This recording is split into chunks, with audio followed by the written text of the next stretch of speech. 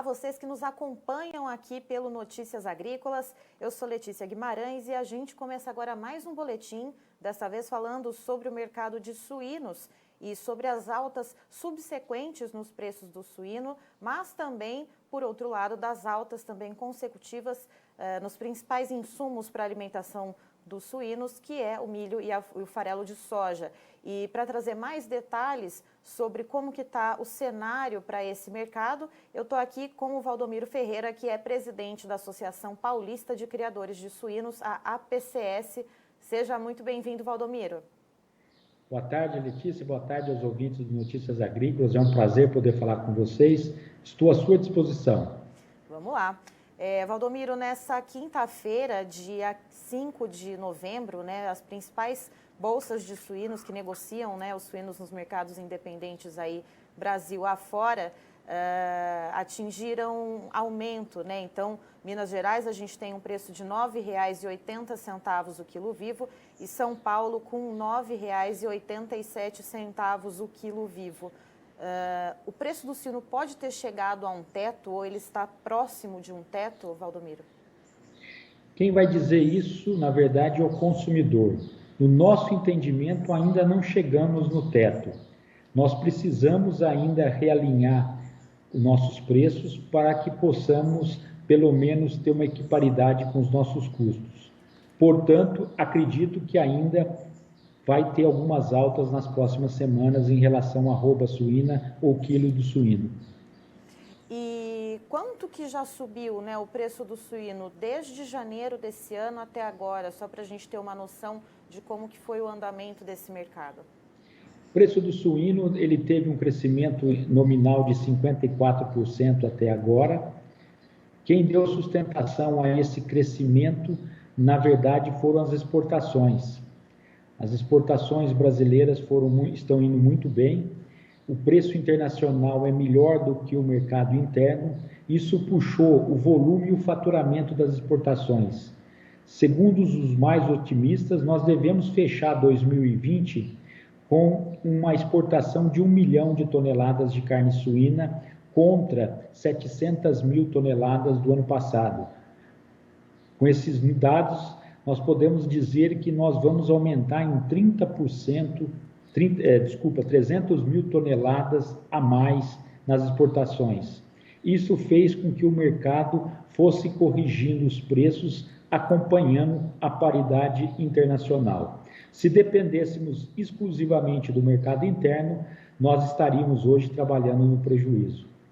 E para a gente ter noção, então, desde janeiro até agora, a gente está no comecinho de novembro, houve uma alta, então, de 54% nominal no preço do suíno.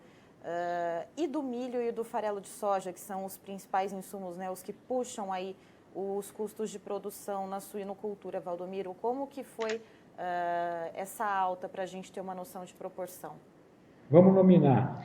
Os suínos, o milho, a R$ 81,00 a saca de 60 quilos contra 38, nós estamos falando de uma alta de 110% no milho. E uma alta no farelo de soja em torno de 30%.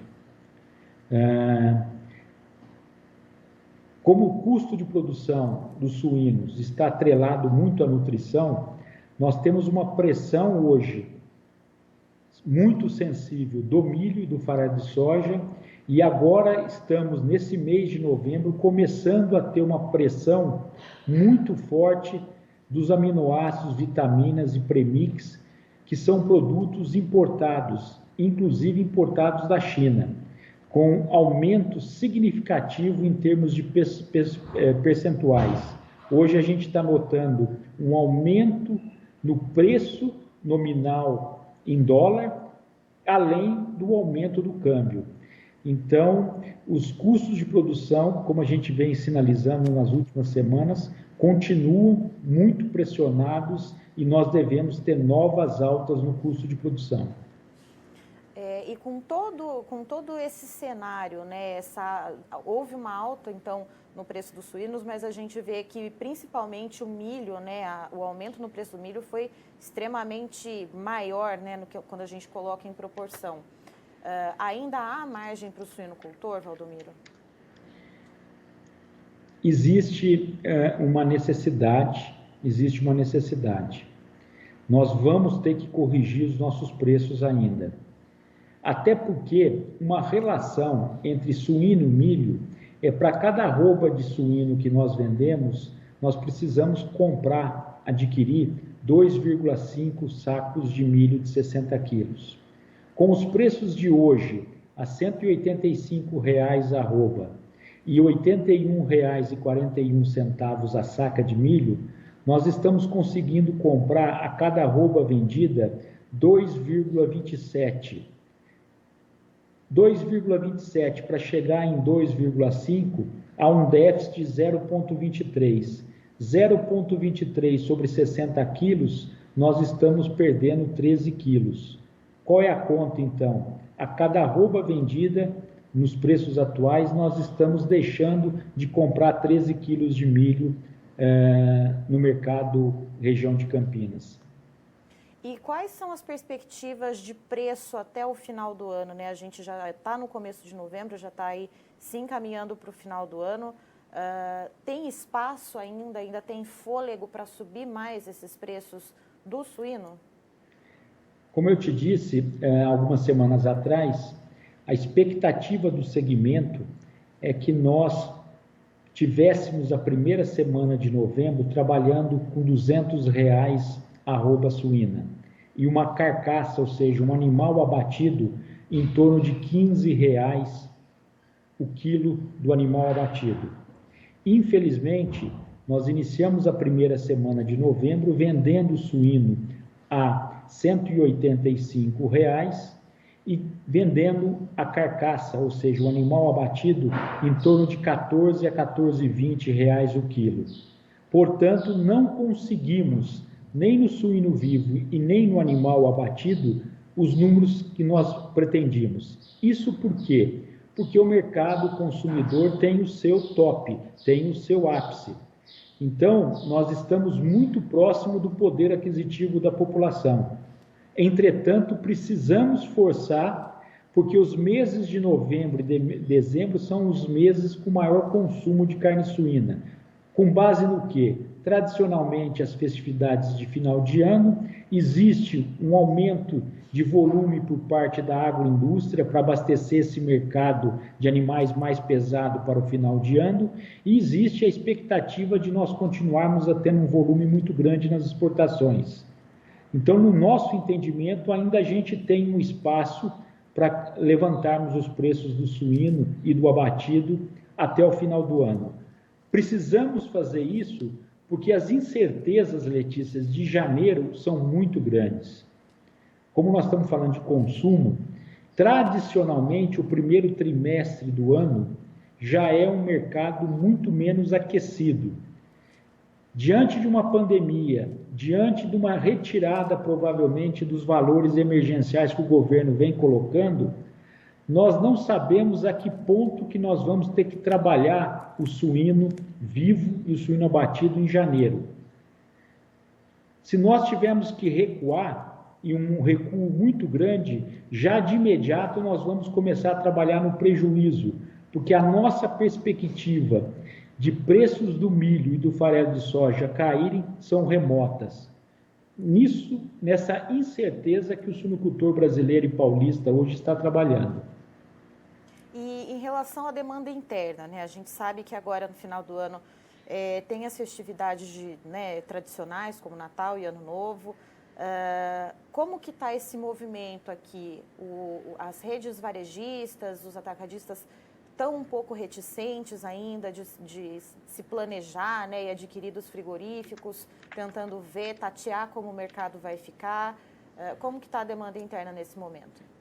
A nossa relação com a outra carne vermelha, a carne bovina, ainda é muito vantajosa para o mercado atacadista e varejista adquirir carne suína, já que nos preços de hoje, 185 no suíno e 270 no boi, a relação preço do suíno hoje em relação ao boi está 68,5%.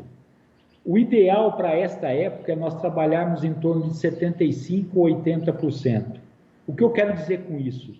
Que o varejista está colocando a carne suína como uma grande alternativa para o consumidor, sendo uma carne intermediária de melhor preço para que a população possa escoar. Isso ajuda no crescimento das margens de lucratividade do mercado varejista. Eu acredito, até o exato momento, isso não é questão de acreditar, está acontecendo. Nós não temos represamento de animais vivos nas granjas, nós não estamos vendo animais abatidos em câmara fria. Tudo que nós estamos produzindo, graças a Deus, estamos conseguindo escoar. E isso está chegando no consumidor ainda num preço muito favorável em relação ao preço da carne bovina. Por isso que nós estamos avançando no mercado. E sobre as exportações, né, como você comentou, a expectativa desse ano, né, até dezembro, a gente chegar até 1 milhão de toneladas embarcadas de carne suína, né, o que seria 300 mil toneladas a mais em comparação com 2019. É possível que esse cenário seja ainda mais positivo, a gente tendo agora, recentemente, desde o começo de setembro, a Alemanha fora do jogo, né, das exportações, principalmente para a China e Coreia do Sul? Pode ser que isso mexa com as exportações? As exportações de 2020, até esse exato momento, ela é muito favorável para 2021. Por quê? Porque a China ainda sofre com as consequências sanitárias que ocorreram ano passado, que diminuiu muito o seu plantel, e a China continua demandando carne suína do mundo, até para abastecer o mercado interno. Ainda em 2021, nós acreditamos que a China vai ter um déficit entre produzir e consumir. Então, eles vão ter que buscar o mercado para fora. O mercado europeu hoje tem alguns problemas sanitários.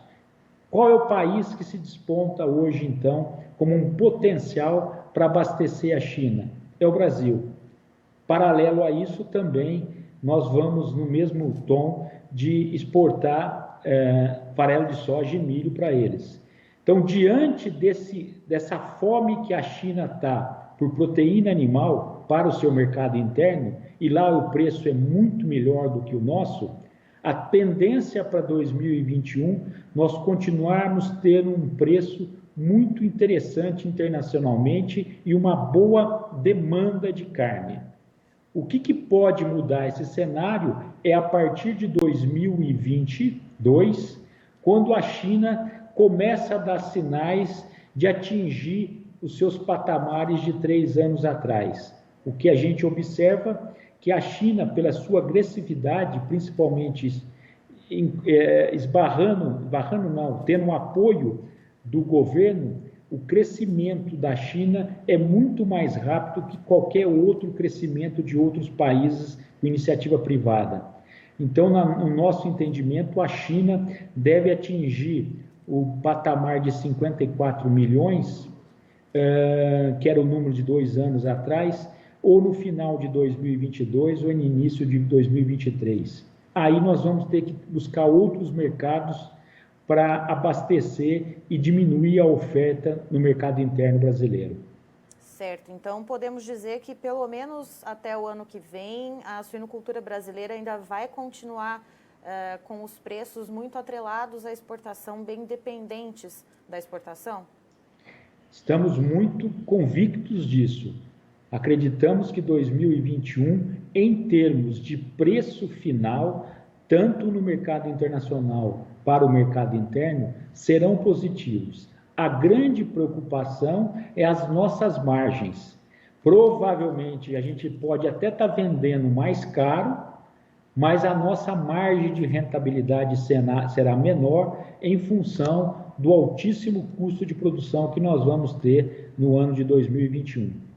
Paralelo a isso, nós ficamos também amarrados a um crescimento de produção e produtividade muito atrelado à questão do clima, né?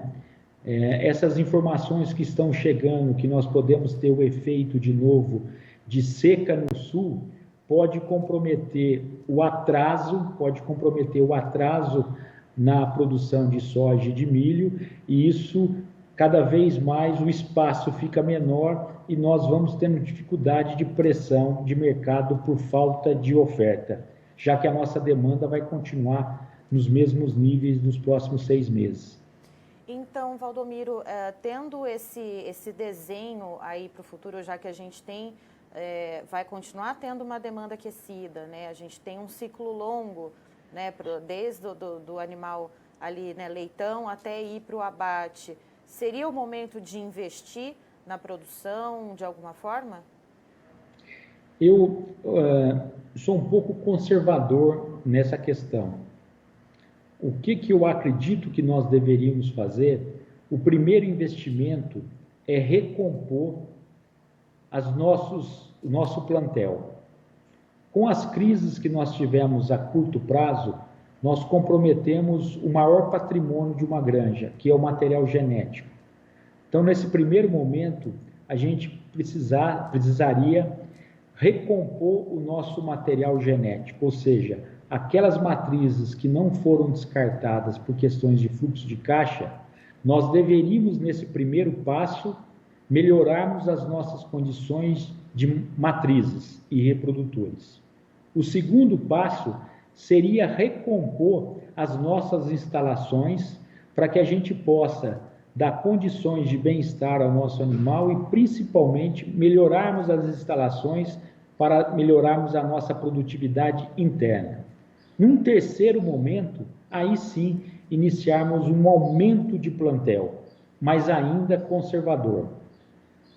Eu acho que se nós começarmos pelo terceiro, aumentando apenas o plantel, a gente pode cair mais uma vez numa encruzilhada, ter excesso de oferta e não termos o mercado.